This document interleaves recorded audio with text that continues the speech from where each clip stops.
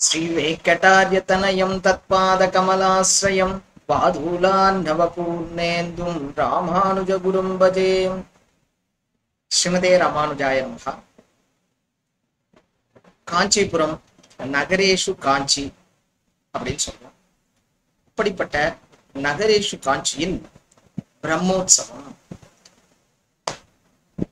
சிவபதியான எம்பெருமான் 5 நிலைகளில் இருக்கின்றார் அப்படிங்கிறது தெரியும் நமக்கு. அவர் 5 நிலைகள்ல இருந்தாலும் அவருக்கு நமக்கு பிடித்ததாக இருக்கக்கூடிய ஒரு நிலை அப்படின்னு பார்த்தோம்னா இது அர்ச்சாமூர்த்தி தான். அர்ச்சாவதாரமாக எம்பெருமான் எங்க நம்முடைய திருக்கோவில்களில் எழுந்தருளி இருக்கின்றார், நம்முடைய இல்லங்களிலே எழுந்தருளி இருக்கின்றார். நாம் என்ன பண்றோம்? பெருமாளுக்கு பூஜைகள் செய்கின்றோம், அவருக்கு தேவையான புஷ்பங்களை சமர்ப்பிக்கின்றோம், நாம் மகிழ்கின்றோம். இது வழக்கமா எல்லாருக்கும் தெரிஞ்சிருக்கக்கூடிய ஒன்று. எல்லா கோவில்களிலும் எல்லா இல்லங்களிலும் ஆராதனை அப்படிங்கிறது மிகவும் விமர்சையாக நடந்துருக்கு. அதுல ஒரு சிறப்பு சேர்ப்பதுதான் பிரம்மோற்சவம். அது சில பல உற்சவங்கள் நடந்தாலும் இந்த பிரம்மோற்சவத்திற்கு ஒரு ரொம்ப ஏற்றம் இருக்கின்றது. பார்த்தோம்னா இப்ப கூட பாருங்க, உற்சவம் நடந்துட்டு இருக்கும்போது எவ்வளவு பேர், எத்தனை உள்ளங்கள் மகிழ்ச்சியில் திளைக்கின்றன அப்படின்னா இதுக்கெல்லாம் காரணம் என்ன அப்படின்னா எம்பெருமான் அவனுடைய கடாட்சத்தினை அனைவருக்கும் வழங்குகின்றான். அப்போ பிரம்மோற்சவம்னா என்ன அப்படின்றது தெரிஞ்சுக்கணும். பிரம்மாவே பண்ணதுதான் பிரம்மோற்சவம். எப்படி? பிரம்மாவினால் பெருமானுக்கு செய்யப்பட்ட உற்சவம் பிரம்மோற்சவம். ஆழ்வார்கள் பாடும்போது அழகா பாடுறார். எப்படி பெருமானானவன் நான்முகனை படைத்தான், இந்திமேல் நான்முகனை படைத்தான், உலகுண்டவன் எந்த பெம்மான் அப்படிங்கிறார் ஆழ்வார்.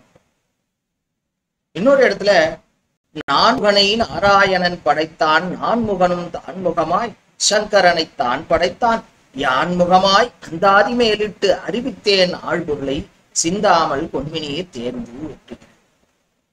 நம்மாழ்வார் மிக ஆழ்ந்த பொருளை சொல்றார்.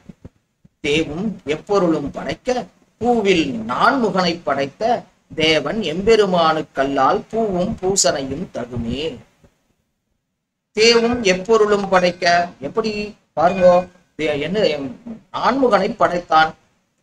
நாராயணன் நான்முகனை படைத்தான். எதற்காக படைத்தான் அப்படின்னு பார்த்தா தேவும் எப்பொருளும் படைக்க என்ன பண்ணமா, பெருமானானவன்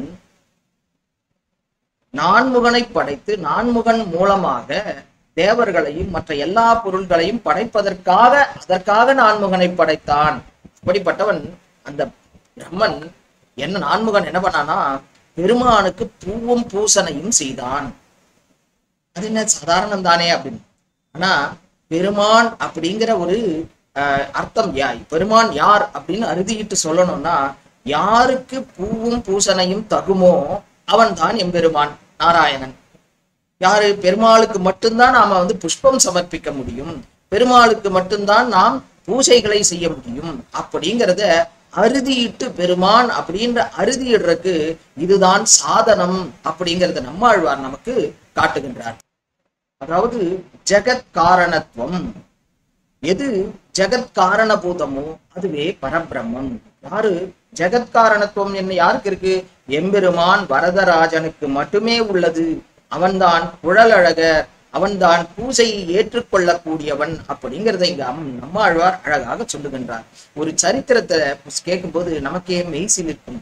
எப்படி பெருமானுக்கு மட்டும்தான் அந்த பூவும் பூசனையும் தகும் என்பதை நிரூபித்த சரித்திரம் அது. எல்லாருக்கும் தெரியும். ராமானுஜருடைய தம்பி எம்பார். அந்த எம்பார் ஒரு காலத்திலே என்ன பண்ணார்னா உள்ளங்கை கொணர்ந்த நாயனாராக காளஹஸ்தியில் சிவனுக்கு பூஜை செய்து கொண்டிருந்தார். இப்ப இருக்கக்கூடிய காளஹஸ்தி, அங்க காளஹஸ்தியில சிவனையே பரபிரம்மம் அப்படின்னு நினைச்சுட்டு சிவனுக்கு பூஜைகள்லாம் செஞ்சுட்டு சிவனை பற்றி பேசிக்கொண்டிருந்தார், பாடிக்கொண்டிருந்தார்.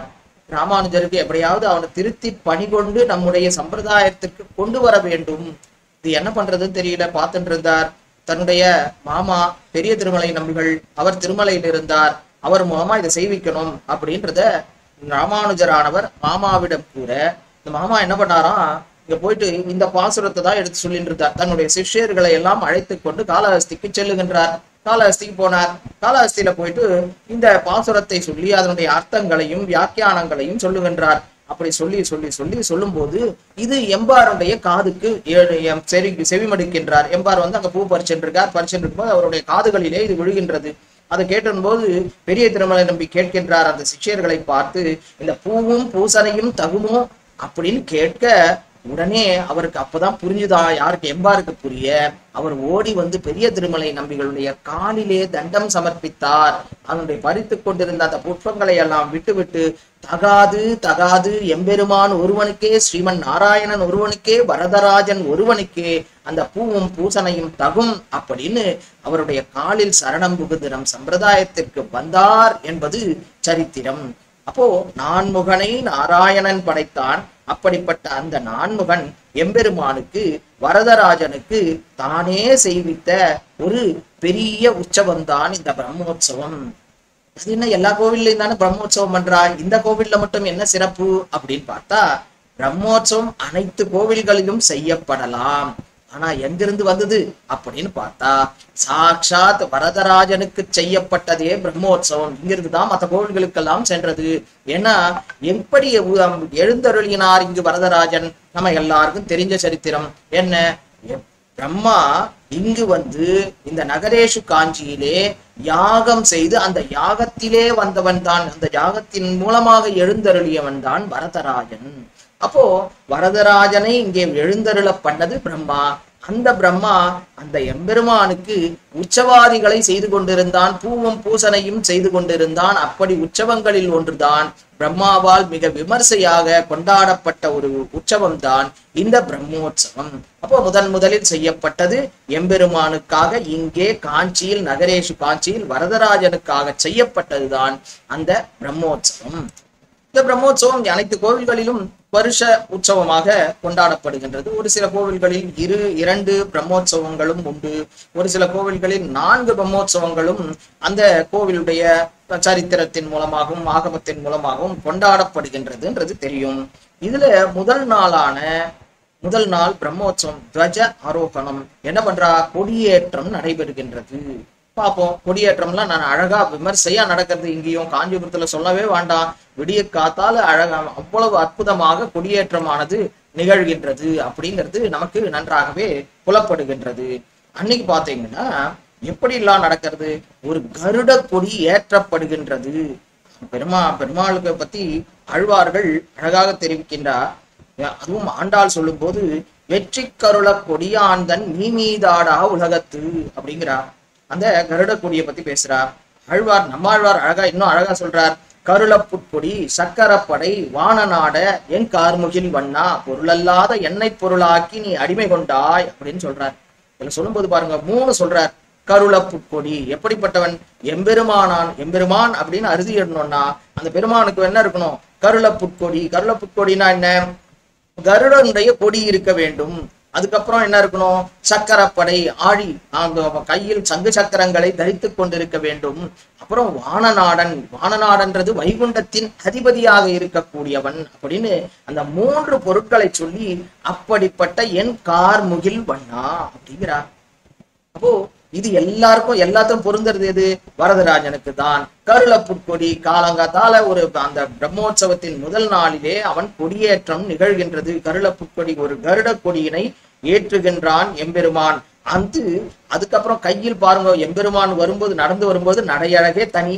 அதுலயும் சங்கு சக்கரங்களை கையிலே கொண்டு அந்த மார்பினை நிமிர்த்தி கொண்டு அவன் நடந்து வரக்கூடிய அழகு, ஆகா, காண இந்த கண் போதவே போதாது. அதுல எந்தவித சந்தேகமுமே இல்லை எனலாம். அப்படி அந்த எம்பெருமான் அந்த கருளப்புட்கொடியினை ஏற்றக்கூடிய அந்த வைபவத்தில் இருக்கின்றான் அப்படிங்கிறது நமக்கு கண்கூடாக தெரியக்கூடிய ஒன்று. அந்த கருளப்புட்கொடியை பற்றி பேசும்போது எம்பெருமான் ஆழ்வாரை பார்த்து கேட்டானா, எனக்கு அருள் செய் அப்படின்னா. சொல்லும்போது எம்பெருமான் ஆழ்வாரை பார்த்து கேட்டார், என்ன அருள் செய்யணுமா, என்ன கை முதல் வைத்துக் கொண்டிருந்தாய், கிட்ட என்ன இருக்கு அருள் செய்யறதுக்கு, நான் அருள் செய்யணும்னா ஏதாவது இருக்கா அவங்கிட்ட, நம்ம கூட ஏதாவது ஒரு பொருளை வாங்கணும்னா ஏதாவது ஒரு பொருள் பணமோ பொருளோ கொடுத்தாதான் அந்த பொருள் கிடைக்கும். நமக்கு ஏதாவது ஒன்றை கொடுத்தால்தான் மற்றொன்றை பெற முடியும். ஒரு வேலைக்கு போனா கூட இந்த வேலை செஞ்சாதான் நமக்கு சம்பளம்ன்றது கிடைக்கும். அந்த மாதிரி ஏதாவது ஒன்றை கொடுக்க வேண்டும். பெருமான் கேட்கிறான், உங்ககிட்ட என்ன கைமுதல் இருக்கு, எதை வச்சுட்டு உனக்கு அருள் பண்ண சொல்றேன் அப்படின்னு கேட்கிறான். கேட்கும்போது இப்போ நம்மாழ்வார் திருப்பி சொன்னார், கைமுதலா என்கிட்ட என்ன இருக்கு, என்ன கைமுதலை வச்சுட்டு நீ இப்போ எனக்கு இந்த அளவுக்கு பண்ணிருக்கியே, நான் பொருள் இல்லா ஒரு பொருள் வஸ்துவா கூட இல்லை, நான் என்ன ஒரு வஸ்துன்னு கூட சொல்ல முடியாத அளவுக்கு இருந்தேன். ஆனா நீ என்ன பண்ண, உன்னுடைய அருளை கொண்டு என்னை ஒரு வஸ்துவா பொருள் அல்லாத என்னை பொருளாக்கினாய், ஒரு பொருளா மாத்திட்ட நீ. அது எந்த கைமுதலை கொண்டு மாற்றினாய்? எதுவுமே இல்லை இல்லையா? எந்த கைமுதலும் இல்லாமல் என்னை ஒரு பொருளாக மாற்றி இருக்கக்கூடிய நீ மறுபடியும் எனக்கு அருள் பண்ணணும்னா கைமுதல் கேட்கிறியா? என்கிட்ட என்ன இருக்கு? ஒண்ணுமே இல்லை. அந்த மாதிரி ஏற்கனவே எப்படி ஒன்றுமே இல்லாமல் என்னை பொருளாக மாற்றினாயோ அந்த மாதிரியே எனக்கு எந்த கைமுதலும் இல்லாமல் எனக்கு அருள் புரிவாயாக அப்படின்னு கேட்கின்றார். நாம கூட பாருங்க, இப்ப இருக்கக்கூடிய நிலை நம்மால கிடைச்சதுன்னு நினைக்கிறீங்களா? கண்டிப்பா கிடையாது. எம்பெருமானுடைய கடாட்சம், அதனால மட்டும்தான் நமக்கு இப்ப இருக்கக்கூடிய இந்த நிலைமைக்கு நாம இருக்கோம்னா அதுக்கு காரணம் வேறு யாரும் இல்லை, எம்பெருமானுடைய அருள், எம்பெருமானுடைய கடாட்சம் மட்டுமே அப்படிங்கிறது நமக்கு அழகாக புலப்படக்கூடிய ஒன்றாக இருக்கின்றது. எம்பெருமானை பத்தி சொல்லும் போது அந்த எம்பெருமான் கருள புட்கொடி உடையவன். கருள புட்கொடி உடையவன் யாருன்னா வெற்றி, அந்த வெற்றியின் சின்னமாக இருக்கின்றது. எம்பெருமானுடைய வெற்றியின் சின்னமாக திகழக்கூடியதுதான் அந்த கருடக்கொடி. அந்த கருடக்கொடியினை ஏற்றப்பட்டு முதல் நாள் உற்சவமானது தொடங்குகின்றது. அந்த துவஜாரோகணத்திலிருந்து பெருமானுடைய பிரம்மோற்சவம் தொடங்கி தங்க சப்பரத்திலே பெருமான் அழகாக குலுங்கி குலுங்கி அழகாக தன்னுடைய வீதிகளில் ராஜ வீதிகளிலே எழுந்தருளி கங்கை கொண்டான் மண்டபம் வரை சென்று திரும்புகிறார். கிட்டத்தட்ட சுமார் 5 கிலோமீட்டர் காத்தாலையும் சாயங்காலம் பெருமான் போயிட்டு வரார். அப்படி தன்னுடைய ஆளுகைக்கு உட்பட்ட எல்லா இடங்களையும் ஒரு மகாராஜா எப்படி சென்று பார்க்கின்றானோ, மகாராஜா சென்று அனைவருக்கும் அருளாசி வழங்குகின்றான். அந்த அருளாசி வழங்குவதற்காக எம்பெருமானானவன் நம்மை தேடி, நாம போய் பெருமாளை சேவிக்கல, பெருமாள் நம்மை தேடி வருகின்றான். அப்படிப்பட்ட இந்த பிரம்மோற்சவத்தின் முதல் நாள் தங்க சப்பரத்திலே காலையிலே எழுந்தருளினான் அப்படிங்கிறது நமக்கு காண கிடைக்கின்றது. மீண்டும் மற்ற வாகனங்களை பற்றியும் அதன் சிறப்புகளை பற்றியும் மீண்டும் அனுபவிக்கலாம். ஸ்ரீமதே ராமானுஜாய நமஹா.